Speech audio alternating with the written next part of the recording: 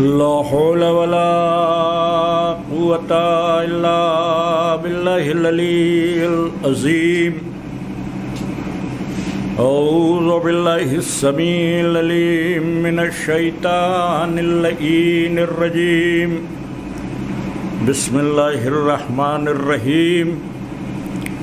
الحمد لله رب العالمين والصلاة والسلام على أشرف الأنبياء والمرسلين سيدنا ونبينا وشفيعنا ومولانا ومقتدانا بالقاسم محمد صلى الله عليه وسلم وعليه الطيبين الطاهرين المعصومين الغر الميامين ولعنة الله على أعدائهم ومنكري فضائلهم ومصائبهم وغاصبي حقوقهم أجمعين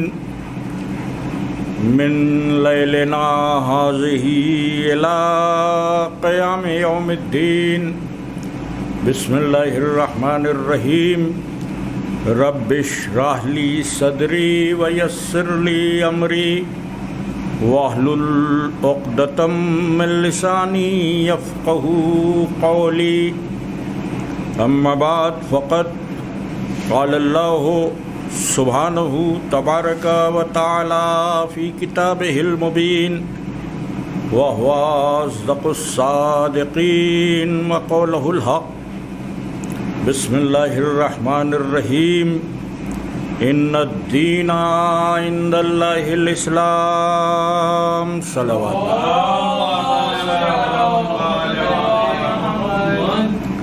برادران ایمانی، آج ہم گفتگو کے چوتھے مرحلے میں داخل ہوئے. آیے کریمہ جس کی تلاوت کا شرف حاصل ہوا اور جس کے ذیل میں آپ حضرات کی خدمت میں مسلسل گفتگو کی گئی، یہ آیہ شریفہ سورہ آل عمران کی 19ویں آیت کا ابتدائی ٹکڑا ہے، جس میں ارشاد ہو رہا ہے کہ اللہ کے نزدیک دین بس اسلام ہے. اور میں نے عرض کرنے کی یہی کوشش کی کہ اسلام وہ واحد دین اور وہ واحد نظام حیات ہے کہ جس میں انسانیت کے کاررواں کو لے کر آگے بڑھنے کی صلاحیت ہے. کیونکہ جب انسانیت ترقی کی منزلوں پر گامزن ہوتی ہے تو سب سے زیادہ اہم شے ہے انسانی قدروں کا زندہ و پائندہ رہنا. اس لیے کہ موجودہ دنیا نے ترقی کے معیار کو مادیت سے جوڑ دیا. سائنس، ٹیکنالوجی اور پھر اس کے پس منظر میں خطرناک اسلحوں کی دوڑ اور ہلاکت خیزی کے سامان کا ایجاد ہونا، ان سب کو آج کے دور میں ترقی کی بنیاد قرار دیا جا رہا ہے. رائٹ ونگ کے لوگ جو مزاجن کیپٹلسٹ ہیں، جو دنیا پر تھوڑے سے لوگوں کی حکومت کا خواب دیکھتے ہیں، وہ ہمارے ہندوستان میں بھی اسی مزاج کے لوگ اس وقت حکمراں جماعت میں ہیں اور عالمی پیمانے پر بھی انہی کا گویا قبضہ ہے، جو اس بات پہ نازا ہوتے ہیں کہ انہوں نے کتنے مہلک اسلحے بنا لیے. ترقی کا معیار ایٹمک پاور کا ہونا قرار دیا گیا ہے، جبکہ حقیقت میں یہ ہلاکت کے معیار تو ہو سکتے ہیں، ترقی کے معیار نہیں. ایسے دور میں کہ جب امتیازات بدل جائیں اور فکر یہ نہ طے کر پائے کہ ترقی کیا ہے، تنزلی کیا ہے، ضرورت ہے ایسے رہبر کی کہ جو ذہنوں کی نشو و نما کرے۔ جو ذہنوں کی نشو و نما کرنے والا رہبر ہے وہ دین اسلام، کیونکہ اسلام ترقی کے اس راز سے آپ کو آگاہ کرتا ہے کہ جو راز حقیقی بھی ہے اور عقل کے مطابق بھی ہے۔ اسلام میں طاقتور ہونے کا نام ترقی یافتہ نہیں ہے، صاحب کردار ہونے کا نام ترقی یافتہ ہے۔ تو انسان کی قدروں کی پاسداری کا سب سے بڑا جو واحد مرکز ہے، اس مرکز کو آپ دین اسلام کہہ سکتے ہیں۔ لیکن افسوس کا مقام یہ ہے کہ جو دین پوری انسانیت کی قیادت اور رہبری کے لیے تھا، اس دین کے ماننے والوں نے اپنے فرسودہ خیالات اور باطل افکار کی بنیاد پر اپنے آپ کو مسلمان تو کہا مگر خود کو حقیقی اسلام سے وابستہ نہ کر سکے، جس کی بنیاد پر آج مسلمان تیسرے درجے کا شہری ہے، نہ کوئی ترقی ہے، نہ کوئی بلندی ہے، بلکہ تنزلی کا قار مذلت ہے جس میں مسلمان گرا ہوا۔ میں نے گزشتہ بیانات میں یہ کوشش کی کہ یہ بات عرض کی جائے کہ ان کی پسماندگی، پستی اور عدم ترقی کے پیچھے کون سے اسباب و عوامل کار فرما ہیں، تو ہم اسی نتیجے پہ پہنچے کہ امت نے جو دین لیا وہ صحیح ذریعوں سے نہیں لیا۔ دین کے جو ذرائع شروع میں منتخب کیے گئے وہ تین تھے، یا تو اصحاب سے لوگ دین لے رہے تھے، یا ازواج سے دین لے رہے تھے، یا تھوڑے سے لوگ تھے کہ جو اہل بیت سے دین لے رہے تھے۔ میں نے یہ عرض کرنے کی کوشش کی کہ اصحاب کا احترام اپنی جگہ، ازواج کا تقدس اپنی جگہ، لیکن جب دین کے حاصل کرنے کی بات آئے گی تو حصول دین کے معیار پر نہ اصحاب پورے اترتے ہیں، نہ ازواج پوری اترتی ہیں، اس لیے کہ یہ وہ طبقات ہیں کہ جو غلطی بھی کرتے ہیں اور جن سے خطائیں بھی ہوتی ہیں۔ مگر تمام عالم اسلام میں یہ بات طے شدہ ہے کہ اہل بیت محفوظ عن الخطا، لہذا ہمیں دین اہل بیت سے ہی حاصل کرنا ہے، اور یہی پیغام ہمیں مرسل اعظم دے کر اس دنیا سے گئے۔ اگر آپ غور کریں تو ایک حدیث ہے کہ جو سارے عالم اسلام میں تسلیم کی جاتی ہے، جس حدیث کو صحاح ستہ کی کتابوں میں مستند، معتبر، حدیث حسن کا درجہ دیا گیا ہے، وہ اور حدیث ہے اماموں پر، جس میں پیغمبر اکرم ارشاد فرما رہے ہیں کہ میرے بعد میری امت کی ہدایت کے لیے 12 امام ہوں گے۔ یہ حدیث مسلم، بخاری، ترمذی، سنن ابن داؤد، بیہقی اور دیگر محدثین نے، حاکم نے، سب نے اس حدیث کو نقل کیا کہ اس امت کی ہدایت کے لیے 12 امام ہوں گے۔ حدیث کو سب نے نقل کیا، اس کا مطلب یہ کہ پیغمبر کے بعد جن کے کاندھوں پر ہدایت کا بار اللہ کی طرف سے ڈالا گیا انہیں امام کہتے ہیں، یعنی وہ امام ہوں گے اور ان کی تعداد 12 سے زیادہ نہیں ہوگی، کیونکہ پیغمبر نے واضح طور پر فرمایا کہ 12 امام ہوں گے۔ تو اب جب 12 امام ہوں گے تو کیا آج کے دور پہ مسلمانوں پر یہ فرض نہیں ہے، یہ واجب نہیں ہے کہ اپنی ہدایت کے لیے، اپنے دین کی صحت اور تحفظ کے لیے، اپنی بندگی کی کامیابی اور کامرانی کے لیے کم سے کم 12 اماموں کو تلاش کریں اور ان سے وابستہ ہو جائیں؟ لیکن جب ہم عالم اسلام سے پوچھتے ہیں 12 امام کون، تو آپ یقین جانیے ہم اپنے قبیلے کو اگر مائنس کر دیں، شیعہ اثنا عشری جماعت کو اگر الگ کر دیں، تو عالم اسلام میں جو اکثریتی لوگ ہیں ان کو 12 اماموں کے نام تک نہیں معلوم، جبکہ حضور فرما گئے ہیں کہ 12 امام ہوں گے، تو جب ہوں گے تو کم سے کم نام تو معلوم ہونا چاہیے۔ جب پوچھیے 12 امام کون، تو کبھی ادھر کی بات اور کبھی ادھر کی بات، کون ہے امام یہ کوئی بتانے پہ تیار نہیں۔ عزیزان گرامی، جب کہ پیغمبر کے واضح فرمان کے مطابق صبح قیامت تک جو لوگ ہمیں دین پہنچائیں گے وہ سلسلہ امامت کے لوگ ہیں، لیکن آج تک کسی نے 12 اماموں کے نام کی فہرست بتانے کی زحمت نہ کی۔ یعنی یہ میں عوام کی بات کر رہا ہوں، اور جب علماء سے پوچھیے تو الگ الگ فہرستیں پیش ہوتی ہیں کہ 12 امام میں یہ ہیں، 12 امام میں یہ ہیں، اور 12 امام میں یہ ہیں۔ جو فہرستیں پیش ہوتی ہیں اس پر بھی اتفاق اور اعتماد اور اتحاد نہیں ہے، کوئی کہتا ہے 12 یہ تو کوئی کہتا ہے 12 وہ۔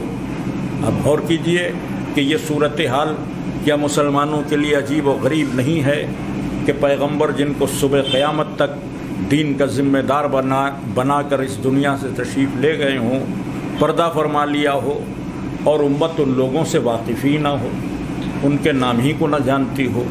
یہ اس دور میں سب سے بڑی حیرتناک بات ہے، اور اس میں ذہن ورطہ حیرت میں غرق ہو جاتا ہے کہ لوگ اپنے رہنما، اپنے رہبر اور اپنے ہادی کو نہیں پہچانتے۔ اب غور کیجئے کہ جو لوگ بتاتے بھی ہیں تو کہتے ہیں کہ 4 خلفاء 4 امام ہیں، اور 4 خلفاء کے بعد فہرست امامت میں اختلاف پیدا ہونے لگتا۔ کچھ لوگ کہتے ہیں کہ 5ویں منزل پہ معاویہ کو امام مانا گیا، لیکن وہ ملوکیت پرست تھے، صلح حسن کے بعد انہیں مانا گیا۔ پھر یزید کا نام آیا تو لوگوں نے اس کو امام ماننے سے انکار کر دیا۔ پھر کچھ لوگوں نے کہا کہ 4 اماموں کے بعد 5ویں امام عمر ابن عبدالعزیز ہوئے بنی امیہ میں، اور پھر 6ٹھے امام مامون رشید، اور اس کے بعد بنی عباس کے کچھ خلفاء کا نام لیا گیا کہ باقی امام پیدا ہوں گے۔ یہ صورتحال ہے عالم اسلام کی جو میں آپ کی خدمت میں حاضر کر رہا ہوں۔ آئیے ذرا سا ہم قرآن سے دیکھیں کہ امام کون ہو سکتا ہے۔ امام ایک صاحب منصب ہے، اور اس منصب کے لیے قرآن نے کچھ کوالیفیکیشنز طے کی۔ ہر منصب کے لیے کچھ کوالیفیکیشن ہوتی ہیں، تو امامت کی بھی کچھ کوالیفیکیشن طے ہوئی۔ اب دیکھیے سورہ یاسین، قرآن حکیم کا 36واں سورہ، اس کی 12ویں آیت، کل شیء احصیناہ فی امام مبین، ہم نے ہر شے کا احصاء امام مبین میں کر دیا۔ اب غور کیجئے کہ یہاں پر ہر شے کے احصے کی بات ہے، یعنی ہر شے کو امام مبین میں گھیر دیا۔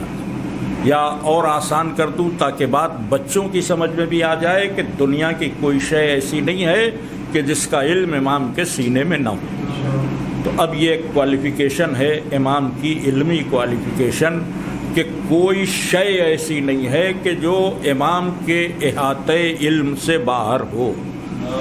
ذرا سا اگر آپ توجہ دیں تو میں صرف اس شے پہ گفتگو کر لوں کہ شے کیا ہے۔ اس کائنات میں جو کچھ بھی ہمارے سامنے ہے سب کسی نہ کسی شے کے روپ میں، ایک شے دوسری شے سے مل کر بنی۔ کچھ نہیں تھا، اللہ نے چاہا کہ وہ پہچانا جائے تو اس نے ایک نور خلق کیا، اور اس نور کی بندگی نے اللہ کو خوش کیا، اور اللہ نے اس کی بندگی سے متاثر ہو کر اس پوری کائنات کو اس کے لیے سجا دیا۔ تو چیزوں سے چیزیں پیدا ہوتی چلی گئیں، ایک شے سے دوسری شے بنتی چلی گئی۔ ہم بھی کچھ چیزوں کے خالق بن جاتے ہیں اور کچھ چیزوں کو خلق کرتے ہیں۔ خود قرآن میں تذکرہ ہے جناب عیسیٰ کے لیے کہ حضرت عیسیٰ نے فرمایا کہ میں تمہارے لیے مٹی سے پرندے خلق کرتا ہوں۔ لفظ خلق استعمال کیا ہے، اس کا مطلب یہ کہ عیسیٰ بھی خالق اور وہ رب العزت بھی خالق، لیکن دونوں کے خالق ہونے میں فرق ہے۔ یہ فرق نہ ہو تو وہ کبھی یہ نہ کہے کہ میں احسن الخالقین، خلق کرنے والوں میں سب سے بہتر ہوں، وہ کیوں ہے سب سے بہتر؟ نگرامی جناب عیسیٰ نے مٹی سے پرندہ بنایا اور کہا اڑ جا، تو وہ اڑ گیا، اس میں جان پڑ گئی، اس میں زندگی کے مظاہر نمودار ہو گئے۔ نگرامی اگر مٹی نہ ہو تو عیسیٰ کہیں سے پرندہ بنائیں؟ اس دنیا میں جتنے خالق ہیں جو چیزوں کو بناتے ہیں، خلق کرتے ہیں، وہ ایک شے کو بنانے کے لیے دوسری شے کے محتاج ہیں۔ اگر آپ کو ایک گھر بنانا ہے تو آپ کو مٹی کی ضرورت ہے، اینٹیں کی ضرورت ہے، مورنگ، بالو، سیمنٹ کی ضرورت ہے۔ اگر کچھ نہ ہو تو ہوا میں آپ گھر نہیں بنا سکتے۔ تو ہم جتنے بھی بندے ہیں وہ ایک چیز سے دوسری چیز بنا سکتے ہیں۔ ہم محتاج ہیں کہ کچھ ہو تو کچھ بنائیں، لیکن وہ خالق محتاج نہیں ہے۔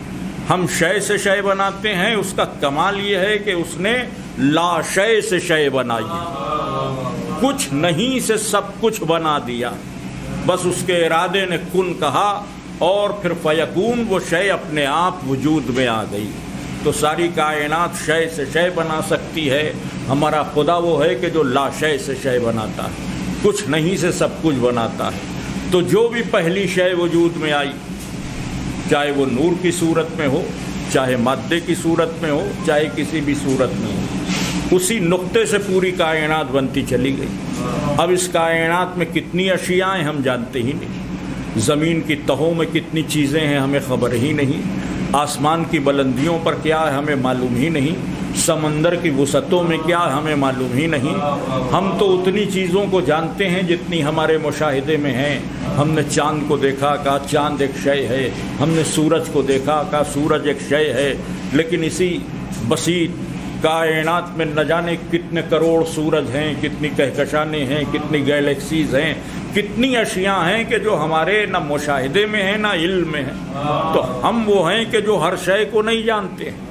اور قرآن امامت کا تعارف اسی بنیاد پہ کرا رہا ہے کہ امام مبین وہ ہوتا ہے کہ جس کے سینے میں ہر شے کا علم ہو۔ تو اب آپ ذرا سی امامت کی اس کوالیفیکیشن کی روشنی میں امامت کا جائزہ لے لیں کہ جو دنیا کی ہر چیز کو جانتا ہو، اچھا صرف علم ہی نہ رکھتا ہو، علم کے ساتھ ساتھ اختیار بھی امامت کی شان ہے، کیونکہ ہم تو صرف بہت سی چیزوں کا علم رکھتے ہیں، اختیار نہیں رکھتے ہیں۔ مثلا ہم نے آسمان میں دیکھا سورج چمک رہا ہے تو ہمیں علم ہے کہ سورج نور کا ایک مرکز ہے۔ ہم نے ستاروں کو دیکھا، ہمیں علم ہوا کہ ستارے چمکتے ہیں۔ ہم نے چاند کو دیکھا، ہمیں علم ہوا کہ ہمیں چاند سے چاندنی ملتی، لیکن نہ چاند کی چاندنی پہ ہمارا اختیار ہے، نہ سورج کی شعاؤں پہ ہمارا اختیار ہے، نہ ستاروں کی چمک پہ ہمارا اختیار ہے۔ تو کچھ چیزیں علم میں ہوتی ہیں، اختیار میں نہیں ہوتی، مگر امام ہوتا ہے کہ جس کے چیزیں علم میں بھی ہوتی ہیں اور اختیار میں بھی ہوتی ہیں۔ ہم جانتے ہیں کہ سورج روشنی دیتا ہے، مگر امام سورج سے واقف بھی ہے اور اپنے اشارے سے مغرب سے پلٹا بھی سکتا۔ اس کا مطلب یہ کہ اس کو تصرف بھی دیا گیا ہے، اس کو اختیار بھی دیا گیا ہے۔ تو امامت علم کے وہ منزل اعلیٰ ہے کہ جہاں سائل اگر سوال کرے تو یہ ممکن نہیں ہے کہ کہا جائے کل آنا۔ ہاں یہ تو ممکن ہے کہ سائل 12 سوال لے کر آئے اور 2 بھول جائے، تو امام وقت کہے کہ تم 2 سوال بھول گئے پوچھنا۔ تو اس کا مطلب یہ کہ علم کی منزل میں امام وہ ہوگا کہ جو ہر شے کا کم سے کم عالم ہوگا۔ اب آپ جن کو بھی امام بنائیے یہ دیکھ لیے کہ کہیں سوالوں پہ چپ تو نہیں ہو جاتے ہیں، کہیں بغلے تو نہیں جھانکنے لگتے ہیں، کہیں یہ تو نہیں کہنے لگتے ہیں کہ کل آنا، کہیں یہ تو نہیں کہتے ہیں کہ جب علی آ جائیں گے تب ہم جواب دیں گے۔ اب ذرا غور فرمائیں، تو امام وہی ہوگا کہ جو صاحب علم ہوگا۔ یہ پہلی کوالیفیکیشن ہے۔ انشاءاللہ زندگی رہی تو کل دوسری کوالیفیکیشن جو امامت کے قرآن نے بیان کی ہے اس پر گفتگو ہوگی۔ آج بات کو یہیں پر روکتے ہوئے کہ امامت کی پہلی پہچان یہ ہے کہ ہر علم اس کے سینے میں رکھ دیا گیا ہے، ہر علم اس کے سینے میں رکھ دیا گیا ہے۔ اب جب علم رکھ دیا گیا تب کہا گیا کہ سوال کرو ہر وہ سوال جو تم نہیں جانتے ہو، فَاسْأَلُوا أَهْلَ الذِّكْرِ، پوچھو، سوال کرو اہل ذکر سے۔ کاہے کا سوال کرو؟ ہر اس بات کا سوال کرو جو تم نہیں جانتے۔ تو عزیزان گرامی علم دیا گیا، پھر انہی کو اہل ذکر بنایا گیا، انہی کو راسخون فی العلم کہا گیا، اور انہی کے در دولت پر ہم کو جب بسائی کا حکم دیا گیا کہ اگر علم چاہتے ہو تو در اہل بیت پر سجدہ ریز ہو جانا، در امامت پر سجدہ ریز ہو جانا، صبح قیامت تک تمہارا دین بھی محفوظ رہے گا، تم بھی محفوظ رہو گے۔ تو آپ غور فرمائیں کہ یہ صاحبان علم بھی ہیں، یہ صاحبان اختیار بھی ہیں، اور علم و اختیار کے باوجود انسانی اقدار کی پاسداری ایسی ہے کہ ظلم کے آگے سجدہ ریز نہیں ہوتے ہیں، مگر مظلومیت کے مظاہرے کو بھی شان امامت بنا دیتے ہیں۔ اور کیجئے کہ جس کے پاس طاقت ہو وہ مظلومیت کا مظاہرہ نہیں کرتا۔ پوری دنیا میں اگر میرے پاس طاقت ہے تو میں ظلم پر تو آمادہ ہو سکتا ہوں، مظلومیت کا مظاہرہ میرے بس میں نہیں۔ لیکن جو اللہ کے بنائے ہوئے امام ہیں، اگر مظلومیت کے اظہار کی ضرورت ہے دین کی ہدایت کے لیے، دین کی تبلیغ کے لیے، تو مظلومیت کا اظہار کریں گے۔ آپ غور کیجئے کہ جن کے اشاروں پہ کوثر خود جام لے کر آ جائے، اگر وہ پیاسے ہیں تو یہ صرف مظلومیت کے اظہار کی بات ہے۔ بس گفتگو تمام ہو رہی ہے۔ آج کی شب ایک ایسے امام کی شب شہادت ہے، امام زین العابدین علیہ السلام، کہ جو ہمارا چوتھا امام بھی ہے اور جو دنیا کا سب سے بڑا عزادار بھی ہے۔ زن رمی جس نے عزاداری کے ہر رخ کو ہم تک پہنچایا ہے۔ آج جو عزا ہمارے سماج میں رائج ہے وہ عزا امام چہارم سید سجاد علیہ السلام کی دین۔ زن گرامی آج جو تہذیب فرش عزا وہ سید سجاد نے ہمیں تعلیم کی۔ آپ اپنی عزا کو دیکھیں اور امام کی سیرت کو دیکھیں تو ایک ایک چیز ہماری عزا میں سیرت امام ہی سے لی گئی۔ یہ بچھا ہوا فرش عزا یہ امام کی سیرت ہے۔ بشار نے آ کر کہا کہ مولا غلام زادے کی شادی ہے۔ امام نے کہا ہم خوشیوں کی تقریب میں شرکت نہیں کرتے۔ ہاتھ جوڑ لیے بشار نے، آقا میرے غلام، آپ کے غلام کی عزت افزائی کیسے ہوگی؟ کہ اگر مجھے بلانا ہی مقصود ہے تو میرے بابا کی مجلس کرو۔ لیجئے بشار نے فرش بچھا دیا، اور جہاں پر ذاکر کو خطاب کرنا تھا وہاں پہ قالین امام کے لیے بچھا دیا۔ مجلس کا وقت ہو گیا، ذاکر آ گیا، لوگ آ گئے، امام نہیں آئے۔ مجلس شروع ہو گئی، امام نہیں آئے۔ جب مجلس ختم ہوئی بشار بے چینی کے عالم میں گھر سے نکلا تو دیکھا وہاں بیٹھے تھے جہاں فرش کی حد ختم ہوتی ہے، جہاں سامعین نے نالینیں اتاری تھی، وہاں پر بیٹھے رو رہے تھے۔ قدموں پہ سر رکھ دیا بشار نے، مولا آپ اندر کیوں نہ آئے؟ کا جگہ نہ تھی مولا، آپ کے لیے ممبر کے پاس قالین بچھا ہوا تھا، آپ کی جگہ پر کوئی نہیں بیٹھا تھا۔ کہ بشار تم نہیں دیکھ رہے تھے مگر میں دیکھ رہا تھا کہ میری دادی فاطمہ اس قالین پہ تشریف لائی تھی، ایک رومال سفید لے کر آئی تھی عزاداروں کے آنسوؤں کو پوچھنے کے لیے۔ رمی ممبر سے آگے ہم بھی ایک قالین یا ایک فرش چھوٹا سا صرف اسی لیے لگا دیتے ہیں کہ معصومین تشریف لاتے ہیں۔ یہ چوتھے امام کی دی ہوئی تعلیم۔ گرامی مجلس کے بعد یہ جو تبرک ہے یہ بھی چوتھے امام ہی نے بٹوایا۔ اب دیکھیں کہ جب کربلا سے رہا ہو کر چوتھے امام مدینے پہنچ گئے تو صبح و شام گریہ وزاری رہتی تھی، نہ کچھ کھانے کا ہوش، نہ کچھ پینے کی سدھ، صرف ہائے بابا، ہائے کربلا کے مظلوم۔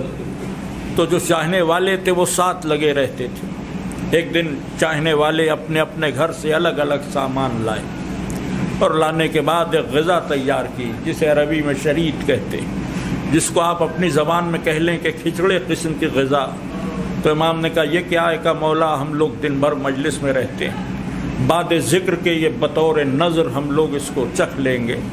زنگرامی عزاداروں کا مقصد یہ تھا کہ کسی بہانے کچھ لقمے امام کھا لیں، اس لیے کہ کربلا کے بعد کھانے پینے کا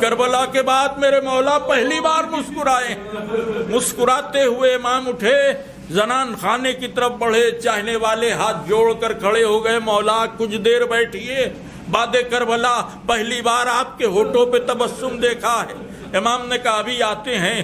اور کیا کرنے تشریف لے جا رہے ہیں سن کر آپ کے کلیجے پھٹ جائیں گے. امام نے کہا ابھی آتے ہیں، بس ذرا سیدانیوں سے کہہ لیں کہ آج سر کے بالوں میں تیل ڈال لے، آج کنگھی کر لے. 6 برس تک کسی بی بی نے بال نہیں سنوارے تھے. ہائے غم کربلا.